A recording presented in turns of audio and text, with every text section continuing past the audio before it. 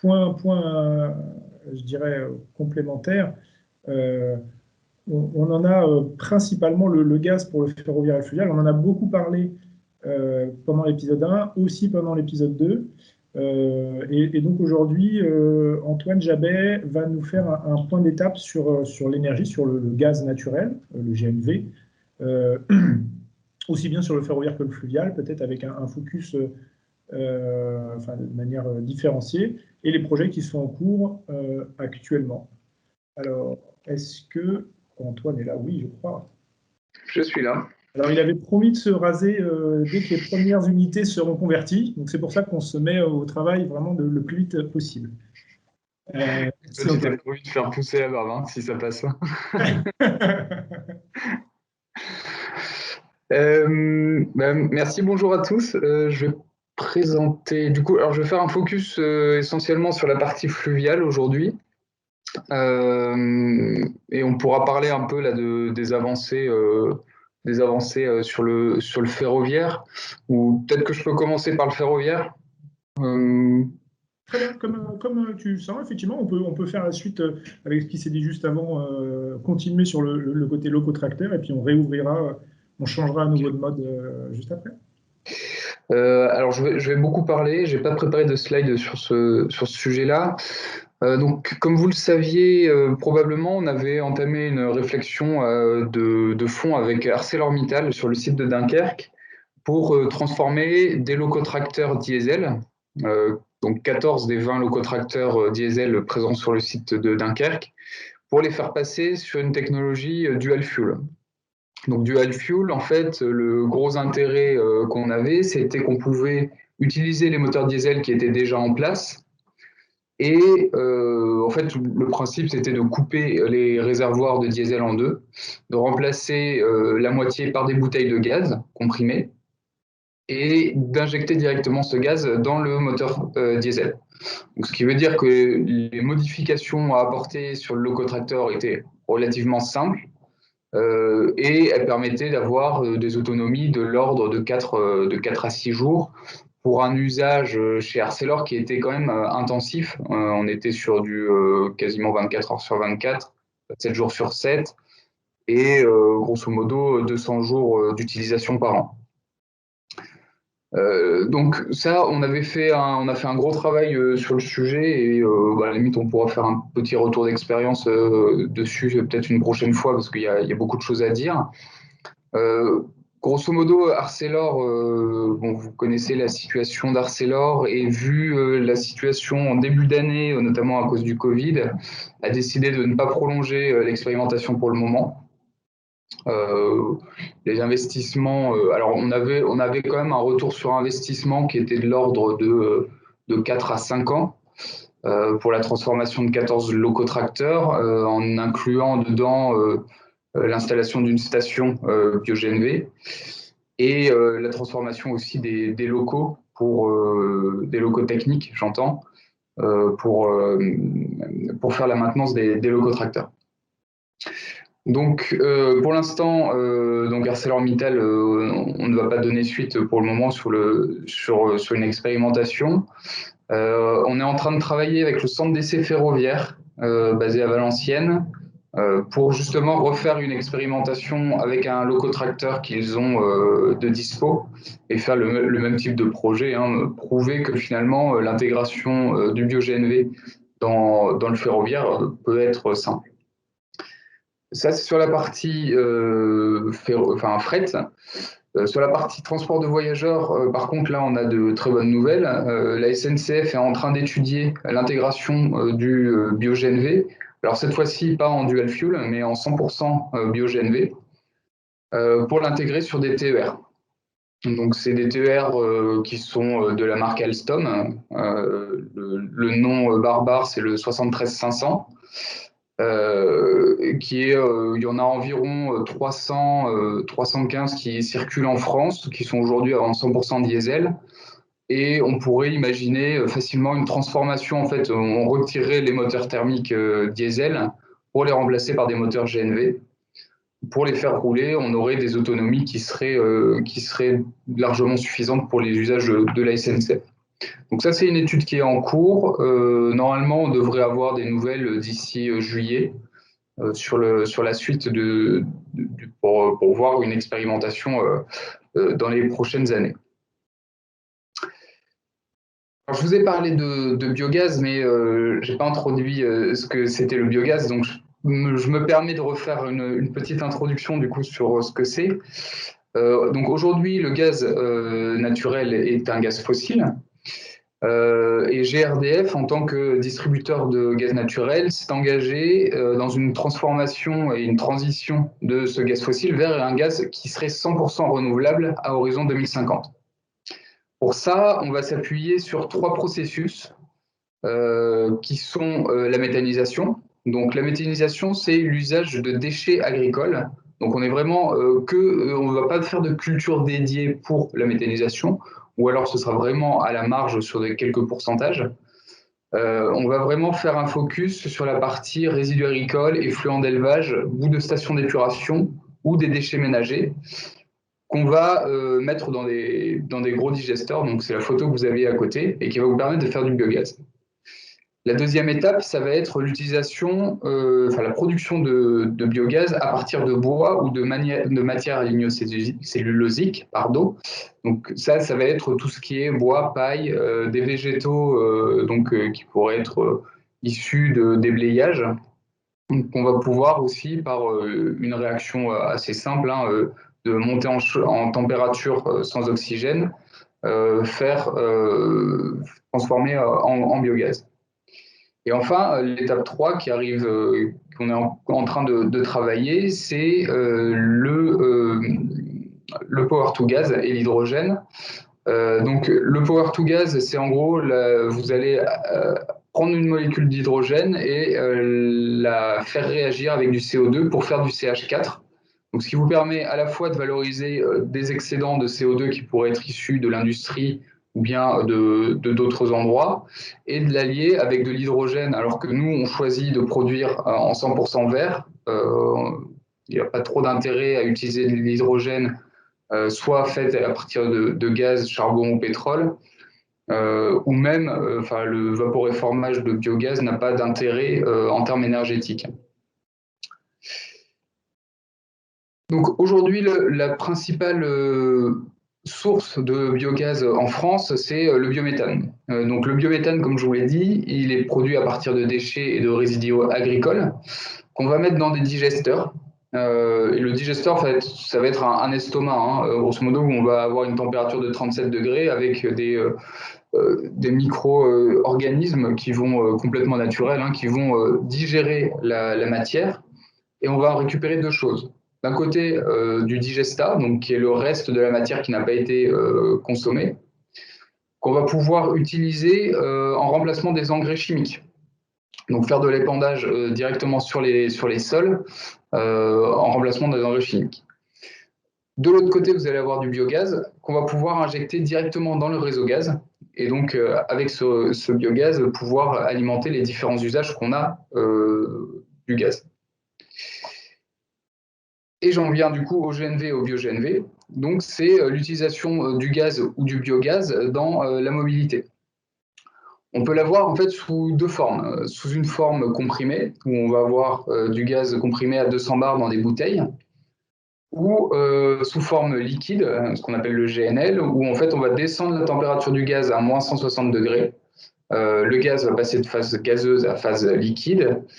Et donc l'avantage du GNL par rapport au GNC, c'est que vous allez avoir une autonomie qui va être beaucoup plus élevée. Vous allez être de l'ordre de 1500 km, je parle sur le domaine routier bien sûr. Et sur le GNC, vous allez être sur des autonomies plutôt de l'ordre de 500 à 800 km. Aujourd'hui, c'est un usage qui est très fortement développé. On a 25 000 véhicules qui roulent au GNV et au bio-GNV en France. C'est une technologie qui a déjà plusieurs dizaines d'années, donc qui est déjà mature d'un point de vue technique et qui a déjà une filière qui est déjà en place. Et un nombre d'acteurs qui est quand même assez important. Là, je vous en ai mis quelques-uns, notamment Ouch, là, qui récemment a passé une grande partie de sa flotte au GNV. Et on peut nommer aussi Carrefour, Lidl et McDo qui, eux, ont pris un pendant encore plus intéressant de récupérer tout ce qui est invendu ou les déchets des magasins pour pouvoir les méthaniser et utiliser ensuite le méthane produit dans leur camion pour leurs usages logistiques. Un autre exemple, et là qui est voilà, en plus dans les Hauts-de-France, la métropole de Lille, qui, depuis de nombreuses années, avait décidé d'utiliser un méthaniseur pour méthaniser les déchets ménagers de la métropole et alimenter directement les bus de Lille.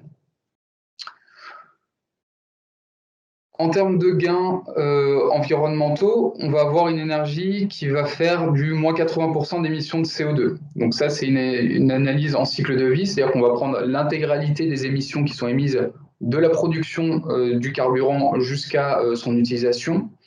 Alors, moins 80% de CO2, qu'est-ce que ça veut dire? Ça veut dire qu'on est sur un carburant qui va être aussi performant qu'une batterie ou de l'hydrogène produit à partir d'énergies renouvelables.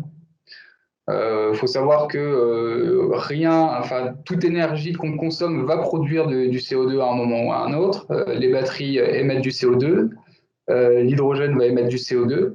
Là, avec du bio-GNV, vous êtes sur des niveaux d'émissions de CO2 qui sont comparables à ces deux énergies. En termes de qualité de l'air, là, vous allez avoir aussi une réduction qui va être drastique. On va être sur du moins 50% de NOx. Sur les particules fines, on va être à moins 98%. On est quasiment sur des niveaux vraiment très bas.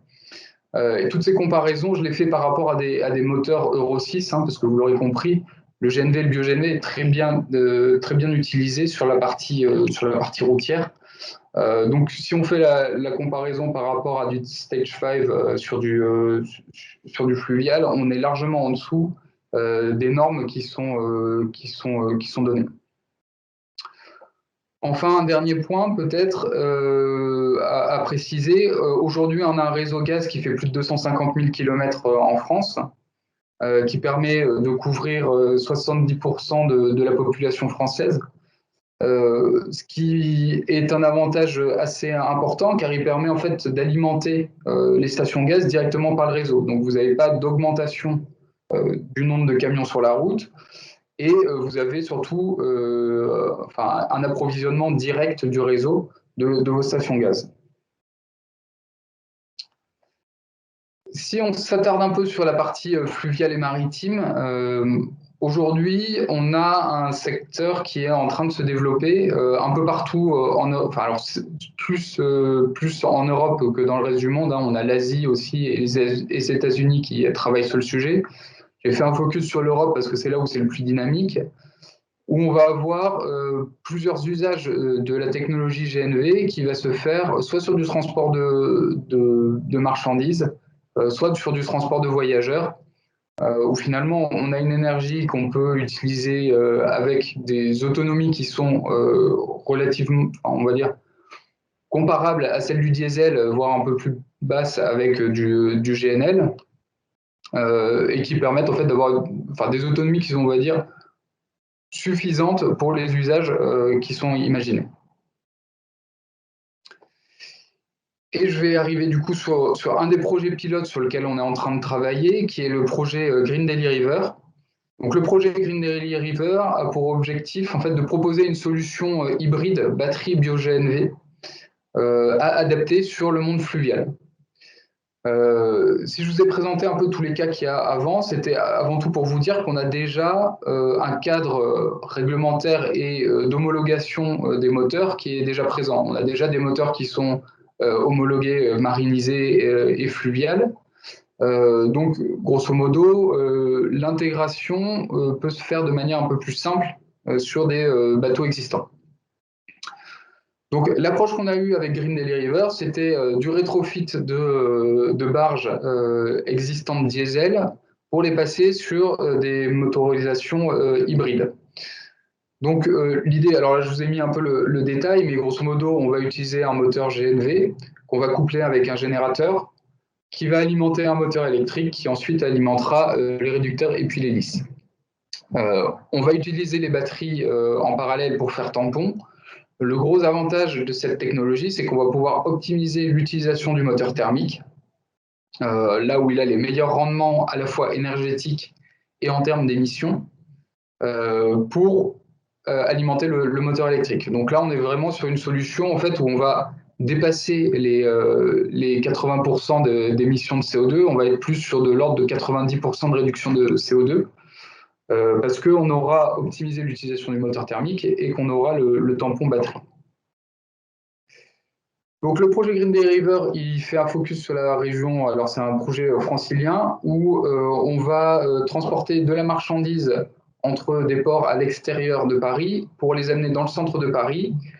Et l'objet intéressant, c'est de récupérer dans Paris les déchets ménagers pour pouvoir les amener sur Gennevilliers, donc en banlieue parisienne, où on a un méthaniseur dans lequel on pourra méthaniser du coup les déchets ménagers de Paris et alimenter la Borge avec ce biogaz. On a aussi inscrit ce projet dans le projet des JO de 2024. On a, dans une deuxième étape du projet, la première étape étant le rétrofit, la deuxième étape, une fois qu'on aura fait ce rétrofit, c'est de prouver que la technologie est viable et de construire une nouvelle plateforme logistique sur la même technologie qui permettra d'offrir, en plus de transport par fleuve, une solution de logistique du dernier kilomètre par des véhicules autonomes.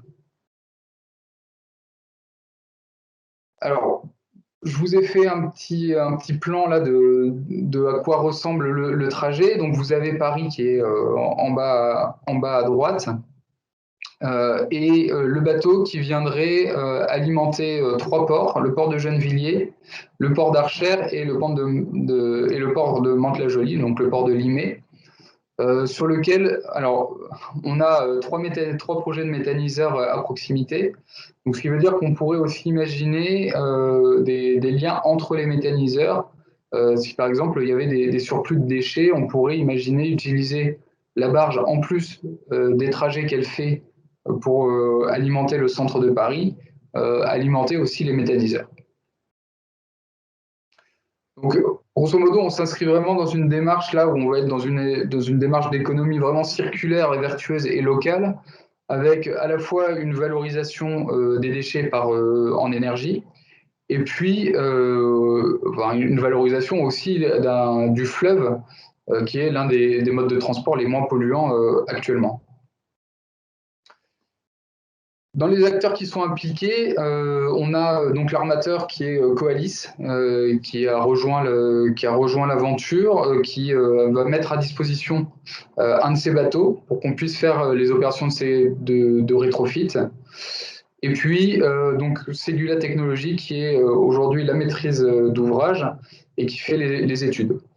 On a un panel d'acteurs qui est assez large, qui regroupe à la fois des clients, donc vous voyez qu'on a Saint-Gobain, bien sûr, la Société de livraison des ouvrages olympiques, et puis la SICTOM pour la partie déchets, des opérateurs et des financeurs type Aropa, mon VNF est dans l'aventure également, la CCI de Versailles et puis Grand Paris. Et puis, on est accompagné par Total sur la partie avitaillement pour proposer une solution d'avitaillement sur ces barges-là. En termes de planning, on a, je vous ai mis grosso modo le rétro-planning. Aujourd'hui, on est déjà très avancé sur ce projet-là. La phase d'étude et d'implémentation, elle est quasiment finie. On est en train de faire des travaux sur l'homologation et la normalisation avec la DGTM, l'ADEME et les bureaux de classe. Ce sera une grande première en France. Donc on est en train de caler un peu tout ça, sachant qu'on peut s'appuyer sur des exemples européens, ce qui facilite quand même grandement la tâche. À partir de 2022, on va être sur la phase de transformation et d'essai de la barge. Et en 2023, ce sera la mise à l'eau de la barge rétrofitée, et la construction du coup du bateau entrepôt pour les JO de 2024.